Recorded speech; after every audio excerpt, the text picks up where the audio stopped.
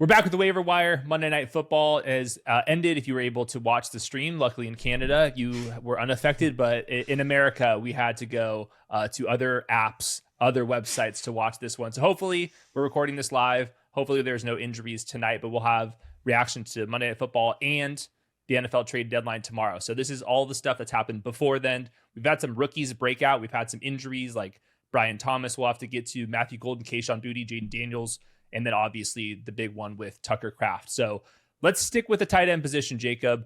Colston Loveland, somebody that you and I both really liked. We've had to be patient. Hopefully you guys have not dropped him. If he is available in your league, like most leagues, how aggressive should we be? How much of this was just because Kmet was not out there? How much of this was just the Bengals? And how much of this was just Colston Loveland being that guy?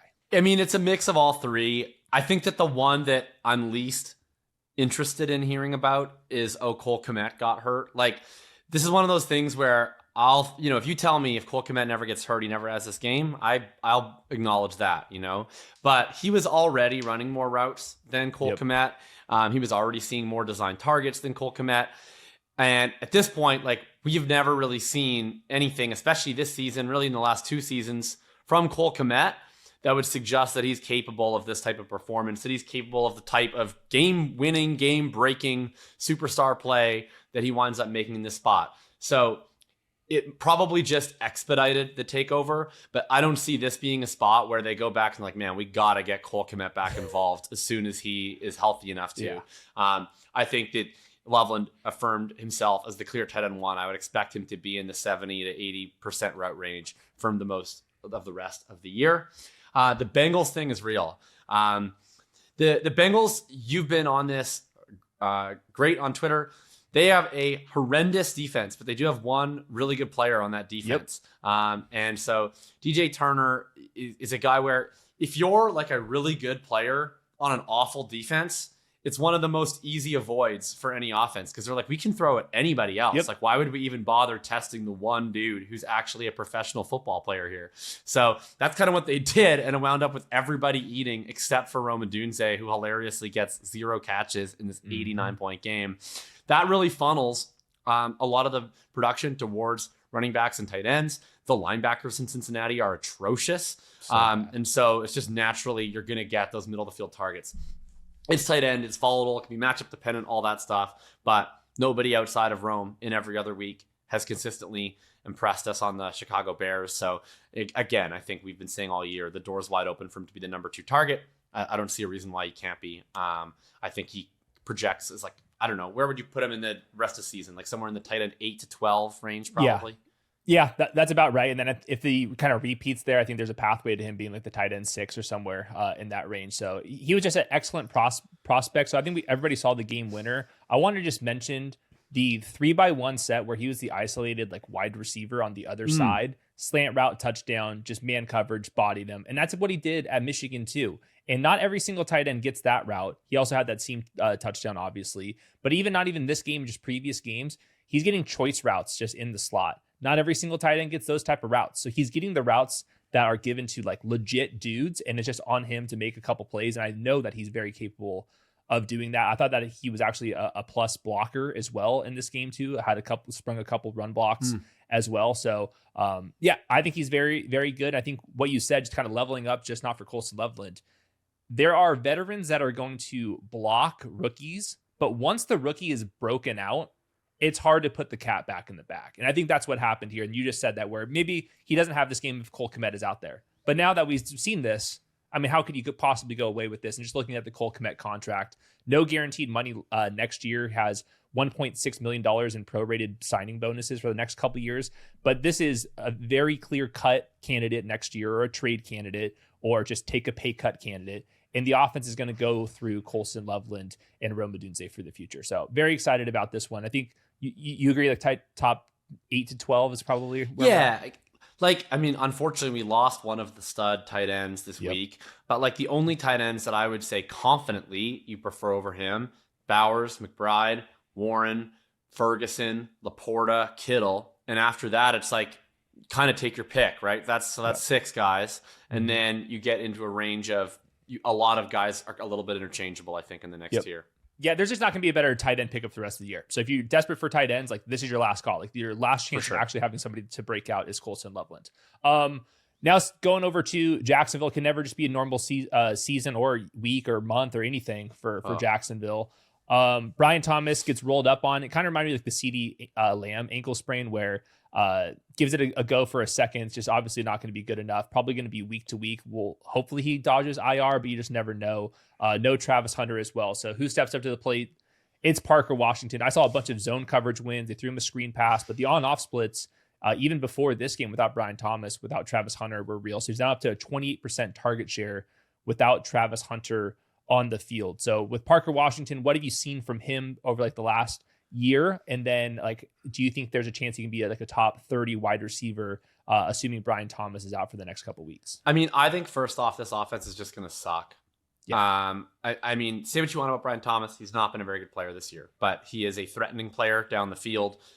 He has value when he is out there, infinitely more value when he's out there compared to Tim Patrick, who is going to be a guy that is now going to be running the Brian Thomas routes in this offense. Doesn't threaten anybody. At this point in time, without Hunter, without Thomas, even without Strange potentially for another couple of weeks, like Parker Washington is the default target earner in this offense, but I don't think he is the type of player that can lift an offense up in an efficient manner. He's more of that inferior goods player who kind of thrives while everything crashes around him. It's a little bit like a Wan'Dale Robinson type player. He's, I think, a little bit more legit than Wan'Dale, but I can see similar things where on a weekly basis, the Jaguars don't look good, but it's resulting in 9 for 82 for Parker Washington, 8 for 75 for Parker Washington. So I think he is going to be a top 36 wide receiver rest of the season. I think that it's a big downgrade between the Hunter and Thomas injuries for everyone else in this offense. I will say Brenton Strange, according to John Shipley, they think he has a chance to go next week. I would say likely to go 2 to 3 weeks from now. We've seen how many times of when the wide receivers get hurt, it's going to be De'Ami Brown and Tim Patrick on the outside. Those guys are not it. A Brenton Strange is another guy who could just rack up a bunch of kind of cheap, crappy targets for lack of a better word. Yeah. You can drop Trevor Lawrence and redraft. Absolutely. Yeah. I have the same exact takeaway. And this week it's immediately going to be ugly. They're going into Houston for this week. So the team's going to be projected for 19 points, maybe even lower than that. And Parker Washington's going to have to win with volume. And I think that he is like a quality, like not reliable because he still drops the ball, but like who could you just sit down in zone coverage 6 yards down the field? That's kind of what Parker Washington's going to do. So PPR scam type, I'll see if I sneak him into the top 30 wide receivers. But going up against the Texans cornerback duo is definitely no fun.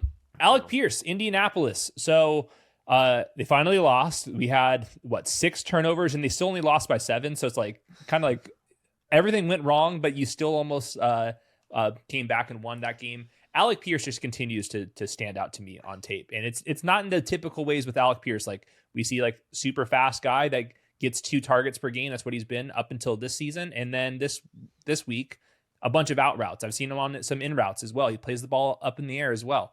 So he's a really good player to me. So for fantasy purposes, what should we expect from Alec Pierce? Then could you tell us about like the Indianapolis Colts? Like when they get down, like they're going to be super pass heavy, right? Because they're like pass to lead, but they're not leading. And then all of a sudden it's just like pass the entire game. So I think it's one of these offenses that might be like a little bit underrated with how many receptions are available for the rest of the season. Yeah, it was a really interesting game. I mean, I had a miserable Sunday morning watching it, but it was very interesting from an analysis perspective because we haven't seen them in negative script the entire season. The only game that they had lost previous to this was the Rams game. That was the AD Mitchell game. And they were leading in the second half for almost all of that game. So we saw like one drive of them being down, chasing points in a major way. In this one, it just was a snowball effect game where they start racking up these turnovers early. They start falling behind. They get in obvious passing situations, and then they just keep turning the ball over. And I agree with everything you said. There's a perception of the Colts as a run-first team. They were a run-first team last year with Anthony Richardson. They were a run-first team the previous year with Gardner Minshew. They have not been that this year. Shane Steichen has always said, going back at each of his spots, his philosophy of offensive football is throw to score, run to win. So you set up the run with the pass, kind of an inversion of what a lot of people think. when they've gotten run heavy has generally been when they have leads in the second half. They also throw short a lot when they're able to hit those leak routes or choice routes on first downs, and they get into 2nd and 3, 2nd and 4. They run the ball a lot there. They're pretty neutral on 1st and 10, and they actually have one of the lowest pass rate or one of the lowest rush rates in the whole NFL on 2nd and 10 because Steichen's pretty sharp and he doesn't like to force himself into 3rd and long. So when you have a game like last week where they're not having success on 1st and 10, they're never going to run on 2nd and 10. And then they're behind by 2 scores in the second half. Yeah, they can balloon up to the 50 pass attempts, I think 56 dropbacks of what we saw this week. And there's a lot of upside for that. An interesting thing, and it's just 1 week sample, so who knows? But Tyler Warren had 7 targets this week, which is fine in a vacuum, but that's just a 14% target share.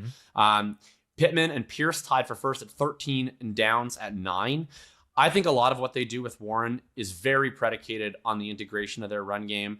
Ryan Heath tweeted today he has 60% of his targets come on play action. That is a ridiculously high rate.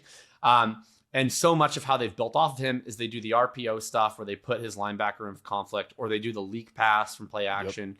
When they're just going 11 personnel, Chuck, it's a lot of Pittman on deep crossers, Pierce on deep comebacks, Downs on choice routes. That's kind of the stuff that they're doing. They're not really throwing to Warren a ton in those spots. So something to note if they struggle. Their second half schedule is way harder than their first half schedule. So we might see these types of scripts again. And yeah, the last thing I'll just say with Pierce, he's just been like a really fun player development watch over the last while. Was a guy who flashed, I thought, a little bit as a rookie, but limited. Basically just didn't get to exist in the offense in the second year because they were casting him in this pure deep shot role. Gardner Minshew has no interest in doing any of that. And they basically drafted Mitchell to replace him. And only by virtue of Mitchell being not that good, Pierce got a chance to hold on to this job. And he's just developed in a massive way. He's become like a true NFL starting quality X wide receiver. He wins on deep ends. He wins on comebacks. He, of course, wins down the field. He plays the ball in the air fantastically.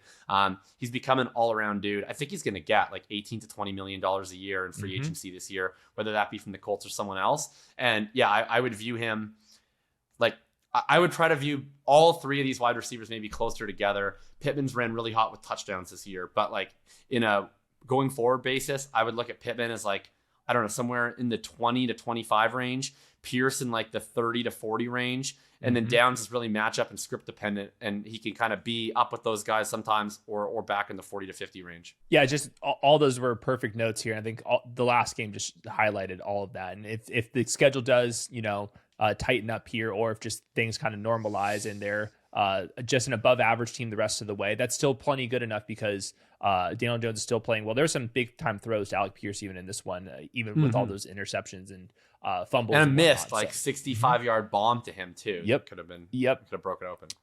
So yeah, I think he's just an underrated player because he's viewed as this like low volume guy. But if the game script tilts his favor and his route tree is opened up, that's just no longer going to be the case. So I think rest of the season, him being like the wide receiver 36 would not be a surprise to me whatsoever. So he's leading them in yards per game. He has 71 yards per game. If you pace that out over a full season, that's a 1,200 yard pace this year. He also led them in yards last year.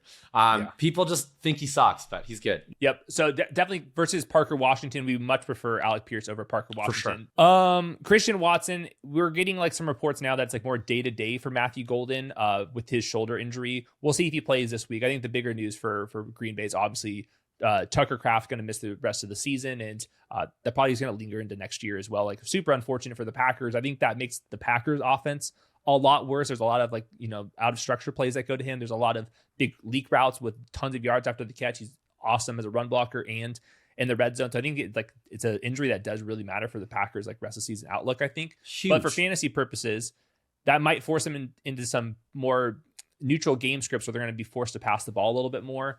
Christian Watson, Matthew Golden, just give us like the layout with Green Bay right now, now that Tucker Kraft's not going to be involved. So they've been interspersing these guys a little bit, but I think the alignment they've got into most often has been Golden in the slot when they're in 11 and Watson and Dobbs on the outside. And I think we'll see, but if I were Green Bay and I was looking at how to deal with this Tucker Kraft injury, he's just one of the few players in this whole league that can give you legitimate receiving value at the tight end position, but also like just as good as any blocking specialist in the run game. It's like him and Kittle are really on an island of themselves. And Ferguson, Goddard, maybe that next tier of that archetype. They're not going to be able to have both anymore. They're either going to have to play John Fitzpatrick as kind of a pure blocker type, or they're going to have to play Luke Musgrave as more of a pure receiving type. So I expect to see probably more 12 personnel from them if they want to try to simulate what they're getting out of Tucker Kraft. That could actually be kind of low-key bad for Matthew Golden, just because I don't know that they're going to be as viable of an 11 personnel offense anymore. I think it's going to be great for Christian Watson. I also think with Watson now, he's a guy they used to use a lot on like jet sweeps and fly sweeps and stuff like that. They haven't gone to that much. Fair enough. He's been coming off of a gruesome injury. Reed is not coming back anytime soon. Kraft has been like a yak player for them. They might just have no option but to do that. And lastly, their run game is about to get a lot worse. Tucker Kraft is an essential part of their run game. I don't know how much they're married to just running the ball kind of no matter what. But if they do struggle and they do have to pivot towards the pass, we might see more games where they just have to say, screw it, line up with Musgrave at tight end and go in 11 personnel that way and air it out a little bit, because they're just going to lose a lot of that versatility. So a lot of things I think are positive for Watson. He also just looks really good, frankly, coming off this ACL injury. Yeah. So good for him. Yeah, I think Romeo Doubs gets the biggest boost just because he's just doesn't leave the field, and he's been a player that's also just every single year getting a little bit better. So I think kind of like Alec Pierce, Romeo Doubs seems just like an underrated fantasy starter. He's at least a wide receiver 3 to me, and I think there's a chance he can sneak into wide receiver 2 status. And then Christian Watson versus Golden, like let's say both are available, because in some shallow leagues both are. If you had to pick up one just over the next couple weeks here as both of these guys get a little bit healthier, is there one that you would prefer over the other? I think I'd actually go Watson at this point. I mean, I've always been a Matthew Golden hater, but I tried to give him like a look as a rookie, but he's gotten, I mean, other than this recent injury, like he's gotten a pretty pure run out this year. Christian Watson gone pretty much the whole year. Jaden Reed got injured immediately. Wicks has been injured for most of this year, off and on. Like, he's gotten a lot of chances and they haven't given him awesome usage, and he hasn't turned in that breakout performance. Watson already, I think, has looked like a more reliable, explosive downfield player, and I'm not sure how much use there's going to be on a slot with a Kraftless offense. So I would take the shot on Watson and just hope for the big play. Yeah, I think for Gold, you're just like hoping that the yards after the catch stuff that they were getting out of Kraft, they say, all right, Matthew Golden, you're going to be our version of that now. But we haven't seen that really play out all that much. They get him a couple manufactured touches like every week or so, but really has not like opened up like we have to jam this first round wide receiver in. Another rookie here, Tory Horton. He pops in, was really, really good on tape to me. A lot of man coverage wins. That was with Cooper Kupp coming out of the bye with an injury, did not suit up. If you're the Seahawks, are you playing Tory Horton straight up over Cooper Kupp? And then secondly, maybe the more important question is, will they actually do that? And is there a pathway for Horton to actually matter? I mean, I'd have been doing that in week one. Right. Cooper Kupp is just not anywhere close to being an outside wide receiver. And, I was tweeting about it earlier. What Seattle's really done that's been fun is they've been this heavy personnel offense where even though they don't actually run the ball that well, they're just able to consistently get teams to match them with base personnel, and then they throw out of 12.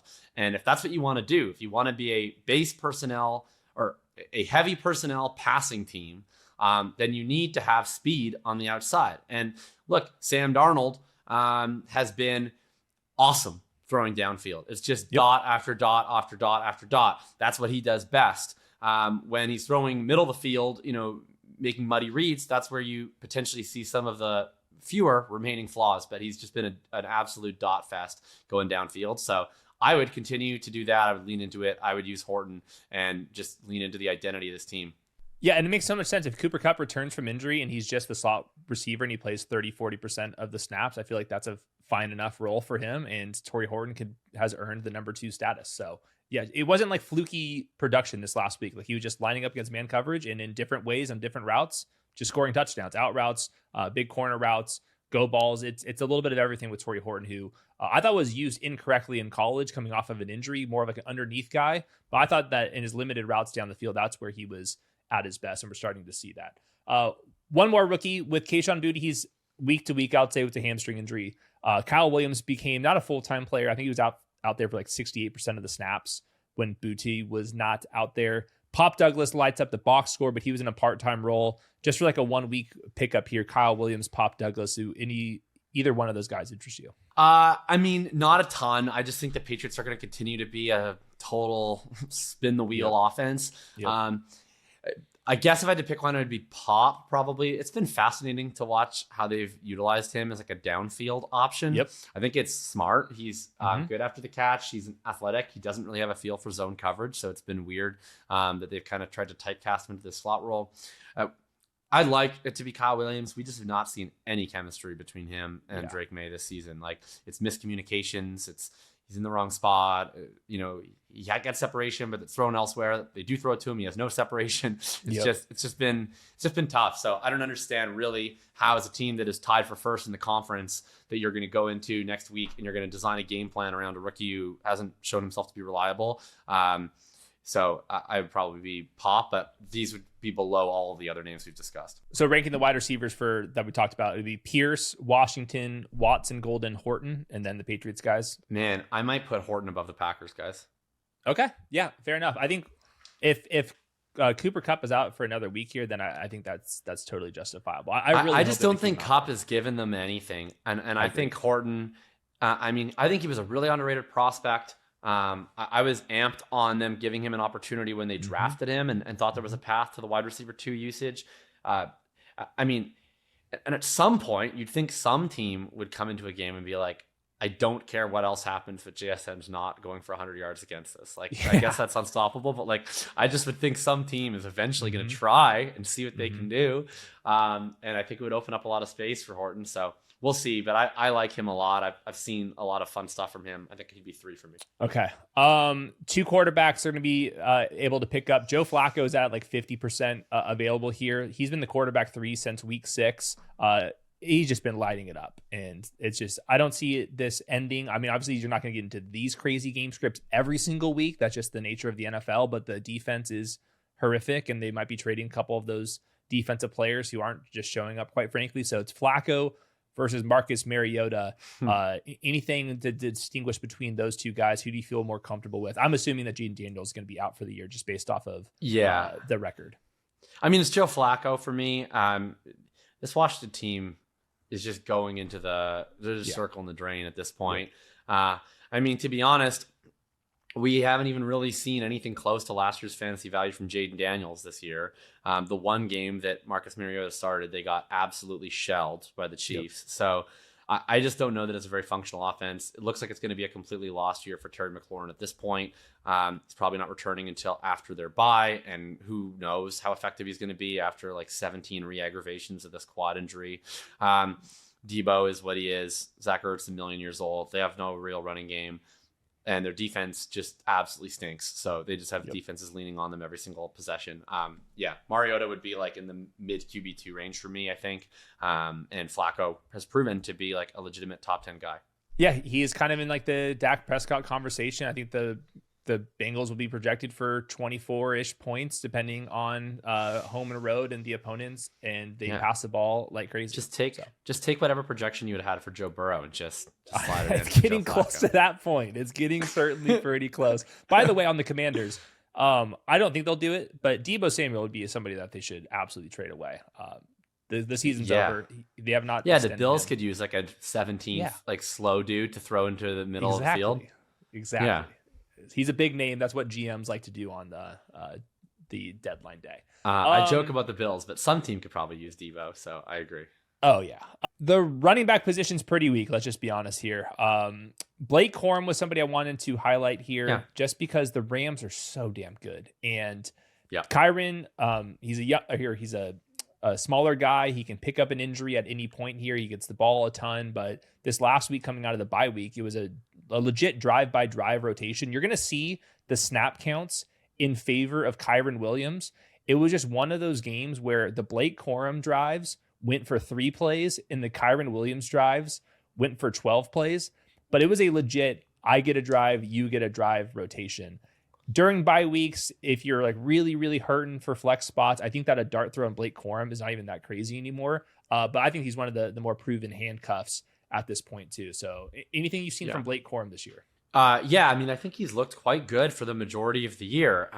He's never going to blow anyone away with his breakaway speed, but in terms of a guy who's going to make reliable decisions, a guy who's going to have nice agility in space, that's Blake Corum. They obviously like that profile. That's the Kyron Williams profile as well. And we saw this week, you mentioned the drive-by-drive rotation. We did see proof of concept. What if their drive is really long? The first drive of the second half, they did have, I don't know how many plays off the top of my head, but a lot of them. And Blake Corum stayed on the field the entire time. So they definitely will let him cook. They'll even let him potentially get runs inside the 10 if the drive makes it that all the way there, if he's playing well. So we're going to see, I think, the Rams are clearly going to be a playoff team. I think they are comfortable with Corum at this point. It's in the circle of trust. They don't need to give Kyron 25 carries anymore. They want to keep him fresh for the playoffs. So I agree. And I think anytime you see the Rams as major favorites, kind of similar to Tyler Algier, but even better, you can potentially play Corum. You're going to get 10 carries. You're going to probably get 50 yards in those plus spots. And then you're just hoping that you get a touchdown. And then it's a totally fine flex play. Okay, going to one of the worst offenses, maybe the worst offense, the Tennessee Titans. Tyjae Spears. I think this is more of like a play for just if Tony Pollard trades away. I don't know who would be buying Tony Pollard at this point too. Like they'd have to take two to tango. You can't just trade him away. Maybe somebody. I mean, if they're like they lost Gibson, Rams dealing with, I suspect, turf toe, and it's like a rookie who I think played pretty well, but like they obviously haven't trusted a ton, and then it's just like literally just dudes off the street. So like I could totally get the Patriots trading for Tony Pollard. Yeah, so let's just kind of take this either way. So Tyjae Spears, is there any avenue he becomes fantasy relevant if Pollard's on the team? And if Pollard is off the team by tomorrow, then where could we rank Tyjae Spears? I mean, just noting that they're going to have like a team total of like 16 points every week. Yeah, he's a total flex play already. Like he's liable to outscore Tony Pollard in any game, maybe even favored because he has more of the receiving profile. I also do wonder, like, if the Titans, like they're obviously trying to trade Tony Pollard, and I suspect that they may, if they don't wind up getting what they're asking for with Pollard, just sort of admit that like, okay, well, if you're trying to trade someone, you don't want to say, actually, we hate this guy, we're going to make him our backup. But like, if once the trade deadline is passed, then what's really the point of just continuing to funnel touches to Tony Pollard? He hasn't played nearly as well as he played last year. Spears has had some moments where he's like pretty electric.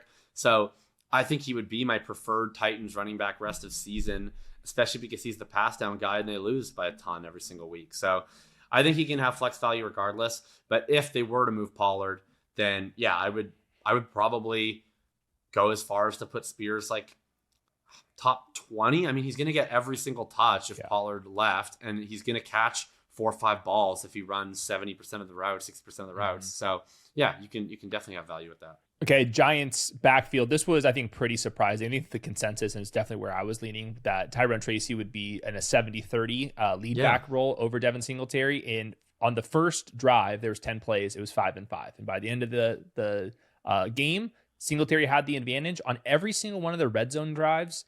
There's 7 plays in the red area. It was all Devin Singletary over Tyrone Tracy. So I don't know if that was like small sample size noise or if there's something to that, but I think it's going to be one of these, like if it's a 50-50-ish committee, it's going to be pretty hard to get either one of these guys.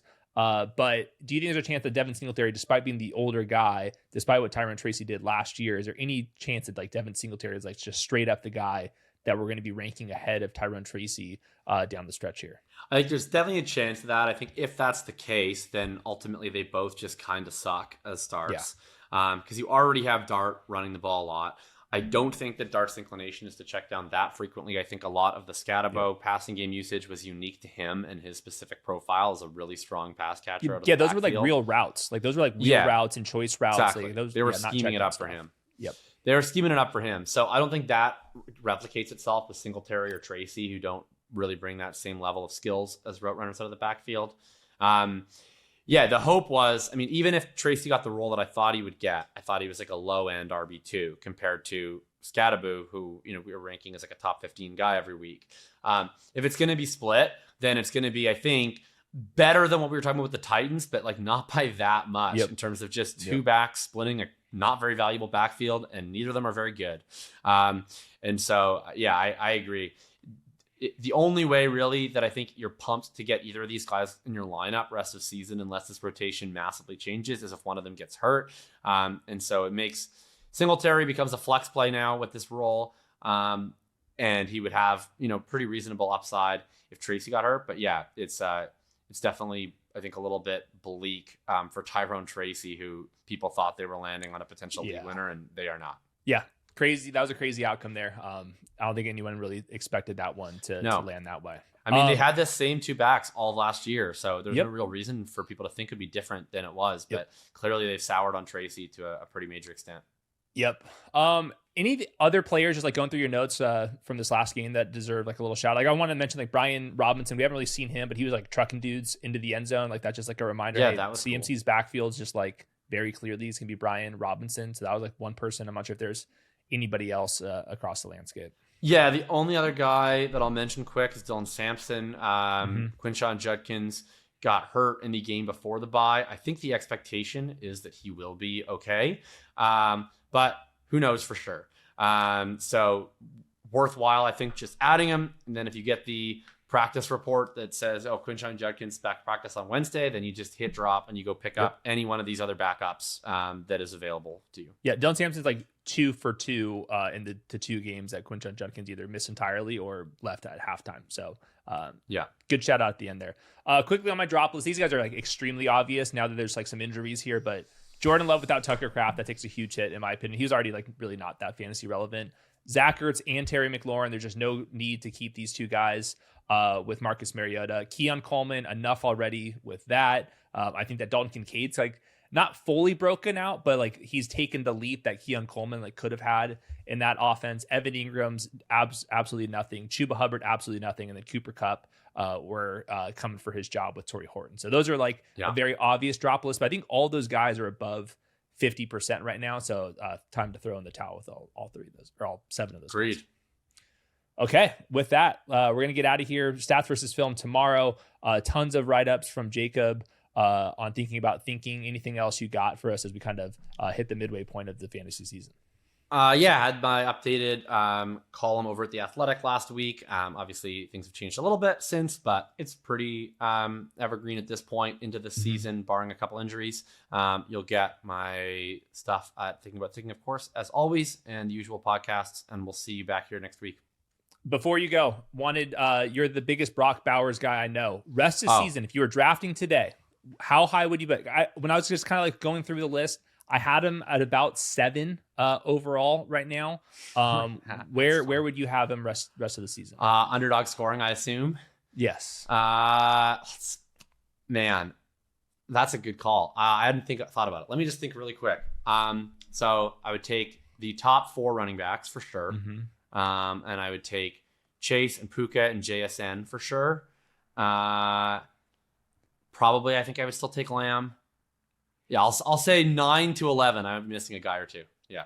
So I had it as Jonathan Taylor, Christian McCaffrey, Puka, Jamar Chase, Smith and Jigba, Bijan, and then it's Bowers, Rice, Lamb, Gibbs, Amon-Ra, A-Chain. That's kind of like the top 12. That's in the back. Yeah. That's in my mind here. So he looks so good. Hey, really, what you said a couple like weeks ago, them rushing him back just to delay him just derailed their entire season. So aggravating. I would not be so. Yeah. Yes, everybody sees it, but it just like just the usage early on in the season. It's like their so offense obvious. looks good again. Like, dude, God, they're gonna be an average offense from here on out. Like that's just how this is gonna go, and it's so super frustrating.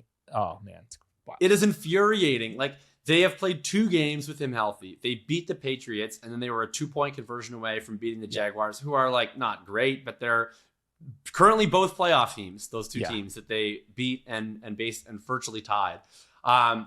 It's absolutely infuriating that they chose to completely harpoon their season by trying to get like a 62% version of Brock Bowers out there. And the most annoying thing is that it's so obvious that they knew how hurt he was the whole time. He had this week 11% of his routes in line. 11%. He basically had the exact same deployment as Amon-Ra St. Brown if you just took 3 of his routes from being in line to out wide.